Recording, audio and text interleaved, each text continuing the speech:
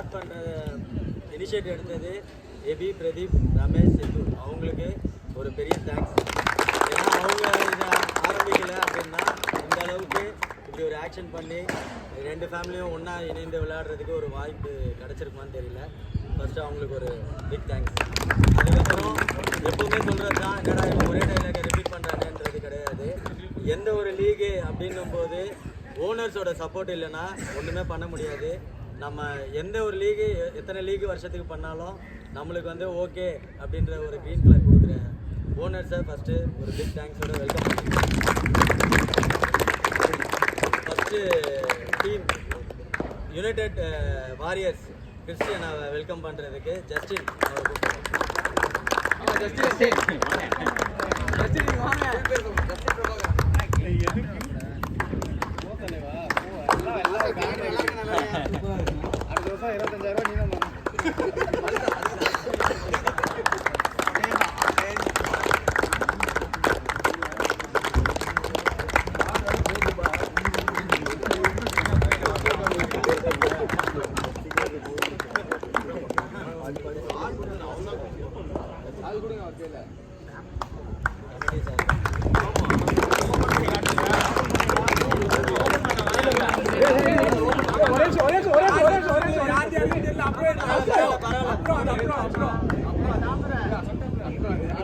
நீ தான் வேற சுதர் மாத்திரம் போட்டியா இல்லையா?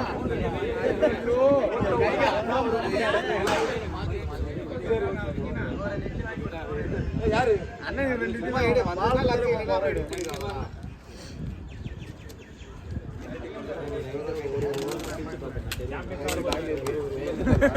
எடுக்கிறதா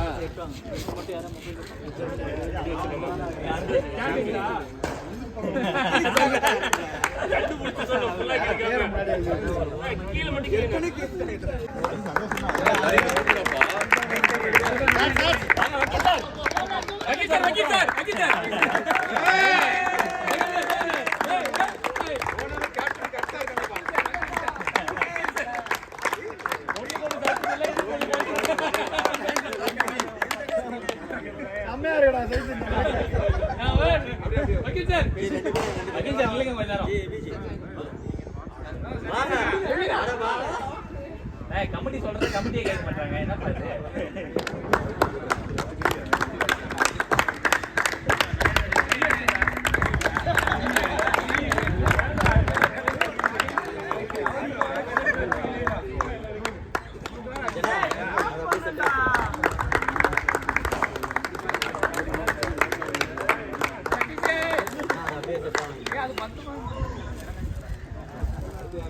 நெக்ஸ்ட் யுனைடெட் சூப்பர் கிங்ஸோட ஓனர் வெல்கம் பண்ணுறதுக்கு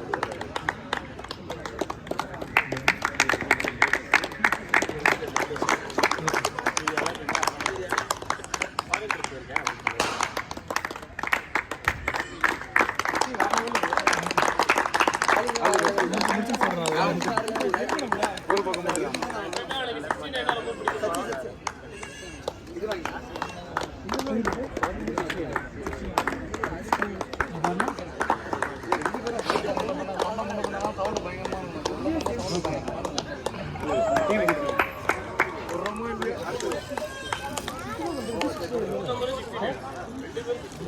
யுனைடெட் டைட்டன்ஸ் டீமை வெல்கம் பண்றதுக்கு பாலு விக்கேனா கொஞ்சம் பின்னாடி வந்து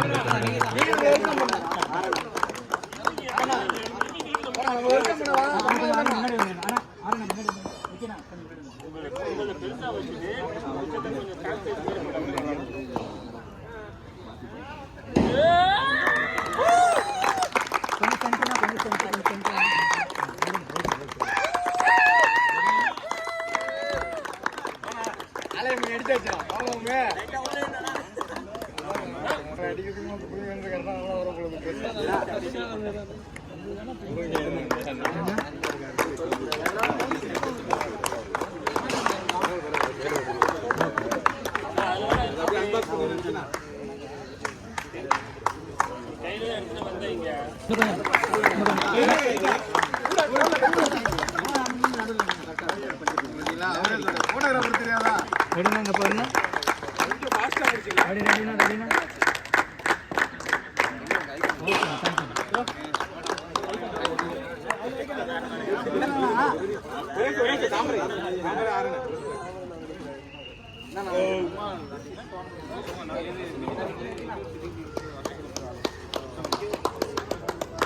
நான் கொஞ்சம் ஸ்ட்ரைட் அப்படின்னா கீழே விட்டுருங்க கீழே விட்டுருங்க அப்படி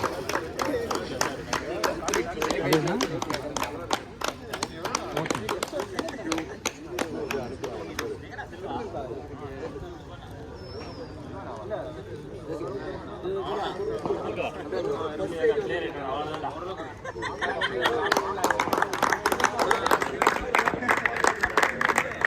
எல்லாம் கொஞ்சம் உள்ள வரலாம். ஏன் அவ்வளோ தண்ணி கொஞ்சம் உள்ள வரலாம்.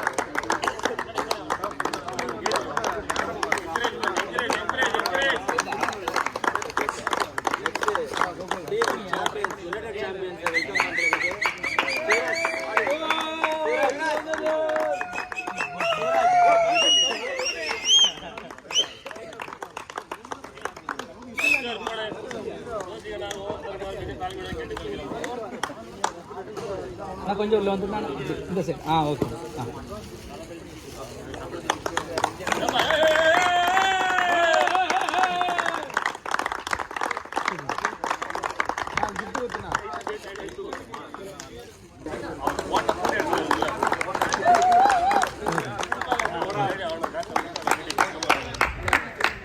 இன்னும் கொஞ்சம் ஸ்ட்ரைட்டாக வைங்க இன்னும் நல்லா முன்னாடி போக்கணும் அப்படி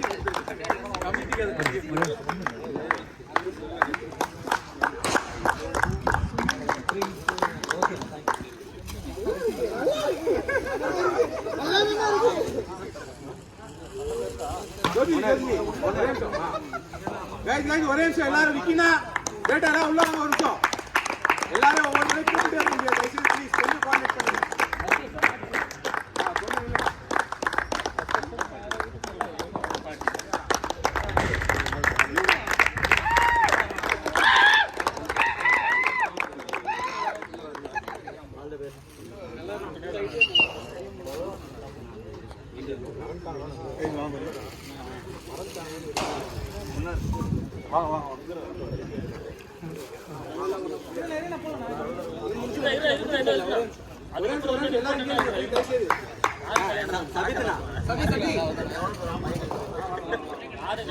நம்ம விளையாட போற கொஞ்சம் க்ளோஸ் ஆகலாம். கொஞ்சம் நம்ம விளையாட போற இந்த 6 மணி நேரம் நம்மளோட ஸ்வீட் மெமரிஸ் எல்லாத்தையும் கேப்சர் பண்ணுறதுக்காக நாக் அவுட் கிரிக்கெட்டர்ஸ் நம்மளை கவரேஜ் பண்ண போகிறாங்க. அவங்கள ஜஸ்ட் கமிட்டி சார்பாக வெல்கம் பண்ணுறதுக்காக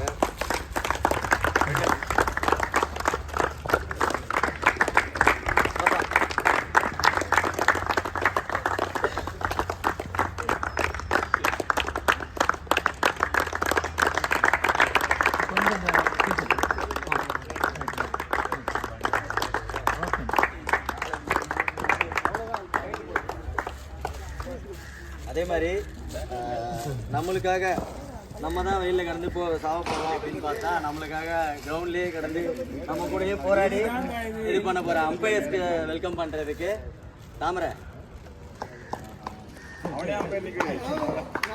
பிரபா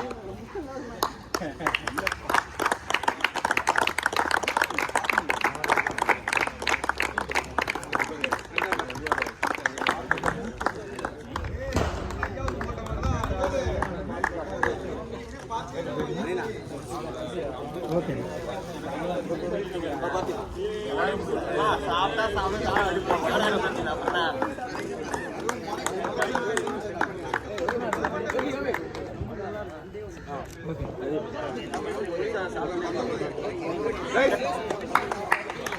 ஒரே இன்னும் க்ளோஸ் வந்துக்கலாம்.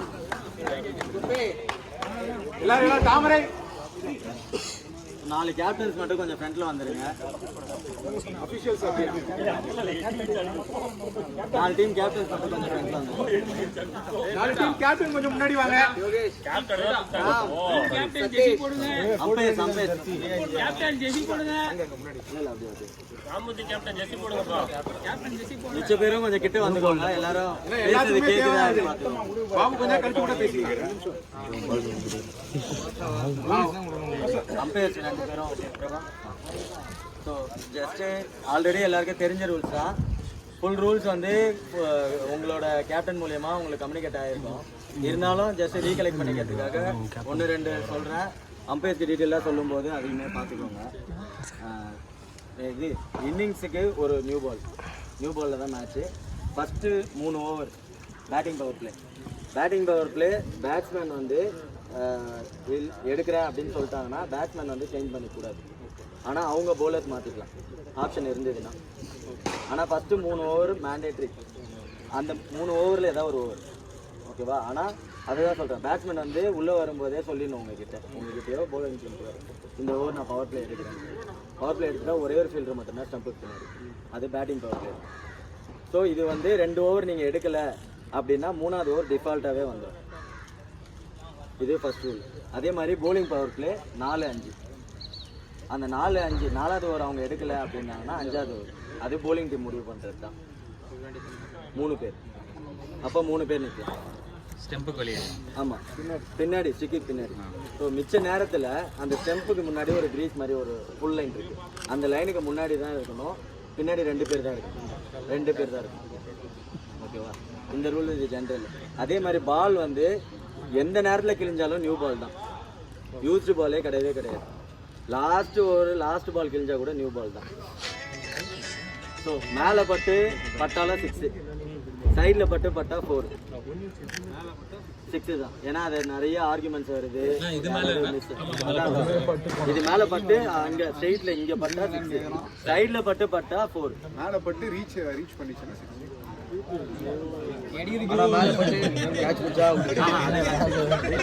அது கிடையாது. அதே மாதிரி ஓவர் த்ரோ வந்து பவுண்டரிஸ் கிடையாது, ஓடி தான் எடுக்கணும். அது ஜென்ரல் இது ஓகேவா? ஸோ இது தவிர்த்து மற்றபடி 6 ஓவர் மேட்ச். அந்த சைடு வால்ல இருக்குல்ல, நிறைய வாட்டி அது கன்ஃபியூஸ் ஆகும் அந்த இடம். இல்லை, மொத்தம் 3 அம்பையர் நிற்பாங்க. ஒரு அம்பையர் லெக் அம்பையர், ஒரு ஸ்ட்ரைட் அம்பையர், ஒரு லைன் அம்பையர் இருப்பார். ஸோ இவங்க 3 பேர் டிஸ்கஸ் பண்ணி அந்த கார்னர் கம்பினா 6 தான். 6 தான். அது அம்பையர் டிசைட் பண்ணுவாங்க. கொஞ்சம் தள்ளி பட்டு போதா இல்லை அது அம்பையர்ஸோட டிசிஷன். அதே மாதிரி 4 கேப்டன்ஸ்டும் ஒன்று சொல்லிக்கிறேன், அம்பையர்ஸோட காலை அக்செப்ட் பண்ணி டீம் ஃபீல் பண்ணுங்க. ஆர்குமெண்ட்டாக கொண்டு போகாதீங்க. ஏன்னா 2 பேரும் கலந்து ஒரே இதுவாக தான் விளையாடுறோம். ஸோ இதை நம்ம டைமிங்க்கு முடிக்கணும் அப்படின்னா உங்களோட கையில் தான் இருக்குது. 4 மேபி அந்த லைன் யாரோ டச் பண்ணும்போது நம்ம கடல அந்த மாதிரி ஆர்கியூமெண்ட் வரும். இல்லை, அதுதான் சொல்கிறேன். அது வந்து லைன் அம்பையரோட கால், எதுவாக இருந்தாலும் அம்பையரோட கால் ரிவோக் பண்ண முடியாது. வீடியோ போகுது, பாஸ் பண்ணிவிட்டு எனக்கு ரிவைண்ட் பண்ணி காட்டு, அந்த ஆப்ஷனே கிடையாது. சரியா? அதுலேயே கொஞ்சம் ஸ்ட்ராங்காக இருங்க. இன்னொன்று வேற என்ன, நோ பால் வந்து full touch above the hip, no ball. அதே மாதிரி அபோவ் த ஷோல்டரும் நோ பால் தான், அம்பையர்ஸ் கால் தான். இங்க போயிச்சு அவர் கொடுக்கலனாலும் ரைட் பால் தான். அட்டெண்ட் பண்ணிட்டா அது இல்லை அட்டெண்ட் பண்ணாலும் நோ பால் தான். ஃப்ரீ ஹிட் வந்து லெக் நோக்கு மட்டும்தான். நோ பால்னாலே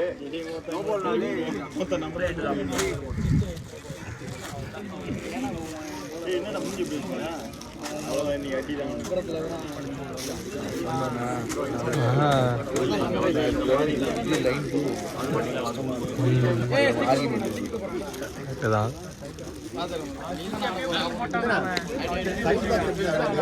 இப்ப எல்லாம் கேட்டுக்கோங்க. அப்புறம் அதுக்கப்புறம் மேட்ச் டைம் வேஸ்ட் பண்ணக்கூடாது. அது எப்படி வேணா அடிங்க, கீழே வச்சு கூட அடிக்கலாம், டைரக்டாவும் அடிக்கலாம்.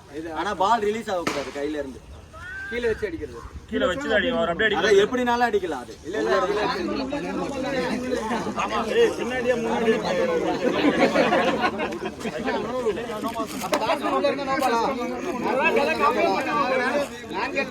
அடிச்சிட்டாங்க அப்படி பேட்ஸ்மேன் உள்ள இருந்தானா அது நோ பால். நான் சொல்றேன். ஸோ நோ பாலோட ரூல்ஸ் வந்துட்டு பார்த்தோன்னா ஃபுல் டாஸ் அபோவ் த வேஸ்ட்டு, ஓகே. அதுக்கப்புறம் ஸ்டெப் நோ, அதுக்கப்புறம் வந்து பார்த்தோன்னா சைட் பாக்ஸு, அதுக்கப்புறம் பால் தலைக்கு மேலே வந்து நீ அட்டென்ட் பண்ணிட்டா வந்துட்டு இந்த நோ பால்க்கு மட்டும் தான் ஃப்ரீ ஹிட். இந்த ஆக்ஷன் அவுட் பண்ணும்போது வந்து பார்த்தோன்னா சப்போஸ் வந்துட்டு பேட்ஸ்மேன் உள்ளே இருக்கும் போது நீ ஆக்ஷன் அவுட் பண்ணிட்ட அப்படின்னா அதுவும் நோ பால் தான் வரும் கணக்கு. ஆனால் வந்துட்டு அந்த நோ பாலுக்கு வந்துட்டு இது கிடையாது, ஃப்ரீ ஹிட் கிடையாது, ஓகே. ரன் மட்டும் கவுண்டட், எக்ஸாக்ட்லி ரன் மட்டும் கவுண்டட், ஓகே. அதே மாதிரி வந்து பார்த்தோன்னா பிச் பண்ணி பால் வந்து தலைக்கு மேலே ரேஸ் ஆகிட்டு போகுது, நீ பேட்டில் அட்டென்ட் பண்ணலை அப்படின்னா அது வைடு, நோ பால் கிடையாது, ஓகே. புரிஞ்சுச்சா? அட்டென்ட் பண்ணிட்டா நோ பால், அதுக்கு ஃப்ரீ ஹிட் இருக்கு. இது எல்லாமே அம்பையர்ஸ் கால் தான். எல்லா நோ பால்க்கும் ரன் அவுட் இருக்குல்ல? எல்லா no ball run out. Side box என்ன சொல்லுனா? ஆமா, side box. Side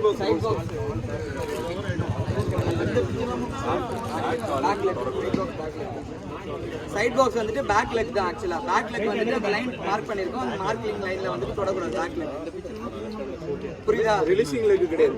releasing leg camera okay. அதானா இதான் ரிலீசிங் லெக், பேக் லெக் லெஃப்ட்க்கு அப்படியே மாறும் வைஸ் versa. பிட்சிங் அவுட் வந்துட்டு வைடு கால் ரெட் பால் அட்டென்மென்ட் கரெக்ட் பால். see அதெல்லாம் சின்னதுதான் அதனால சித்து இன்னொன்று பைக் விட்டுட்டா 4 அதெல்லாம் அது மட்டும் சொல்லிடு. கேட்ச் பிடிச்சி அதுதான் கேட்ச் பிடிச்சி பிளேயர்ஸ்க்கும் சொல்லிட்டேன்றேன், பிளேயர்ஸ்க்கும் சொல்லிட்டேன்றேன். கேட்ச் பிடிச்சிட்டு பால் பிடிச்சிட்டு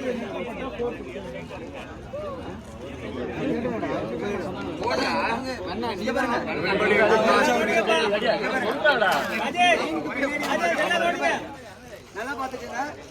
பின்னாடி பவுண்டரி வந்துட்டு நெட் கிடையாது, இதுதான் பவுண்டரி. இது மாதிரி ஒரு மேடு இருப்பாங்க பின்னாடி வந்துட்டு, இதுதான் பவுண்டரி, ஓகேயா.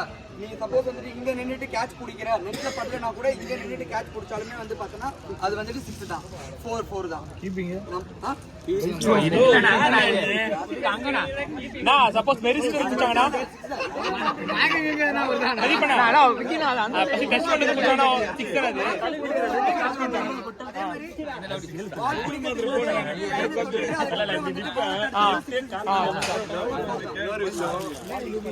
லைன் அம்பையர் நிக்கிறாங்க, ஓகேங்களா? அவங்க பாக்குறது உங்களுக்கு இங்க இருந்து பாக்கும்போது தொட்ட மாதிரி ஃபீல் ஆகும். ஆனா அவங்க என்ன சொல்றாங்க அதுதான் தயவுசெய்து ஆர்குமெண்ட். அதே மாதிரி எல்லா டீமுக்குமே சொல்றோம், வெளியில இருக்கிறவங்க ஃபைனல் டிசிஷன் கொடுக்க மாட்டாங்க. விச் மீன்ஸ் வந்து பார்த்தோன்னா நீங்க அந்த டீம்ல அவங்க சொல்றாங்க கேளுங்க, இவங்க சொல்றாங்க கேளுங்க, அது கிடையாது. 3 அபிஷியல்ஸ் உள்ள இருக்க, 2 அபிஷியல்ஸ் உள்ள இருப்பாங்க, ஒரு லைன் அம்பையர் இருப்பாங்க. அவங்க கொடுக்குற டிசிஷன் தான் ஃபைனல். நீங்க என்ன சொல்றீங்களோ அதான். நீங்க வெளிய இருந்து கன்வின்ஸ் ஆக வேண்டாம். நீங்க வந்து டைம் எடுத்துட்டு டவுட்டா இருந்தா கூட உங்களுக்கு என்ன டிசிஷனோ அதுதான் நீங்க சொல்லணும். ஏன்னா ஆல் தி டைம் நீங்க ரைட்டா இருக்கணும் நான் சொல்றேன். இந்த கேஸ் டவுட் ஆகுதுனாலும் உங்களுக்கு பெனிஃபிட் ஆஃப் இது என்ன சொல்லணுமோ அதுதான். வெளியே பட்டுக்கு போகணும்னா நீங்க பட்டுக்கு சொல்லுங்க. அதே மாதிரி அந்த பைரனர் ஆப்ஷன் வந்து தெரியும்ல, அது ஒரு வாட்டி சொல்லியிருக்கேன். பைரனர் வைக்கிறீங்க அப்படின்னா அவர் வந்து போலிங் போடக்கூடாது. எந்த பேட்ஸ்மேனுக்கு பைரனர் வைக்கிறீங்களோ அவங்க போலிங் போடக்கூடாது. ஃபீல்டிங்கும் வந்து அவங்க உள்ளே தான் நிற்கணும், ஓகேவா? ஸோ ஃபஸ்ட்டு மேட்ச் ஸ்டார்ட் பண்ணிக்கலாம். ஏதாவது டவுட் இருந்ததுன்னா கேளுங்க.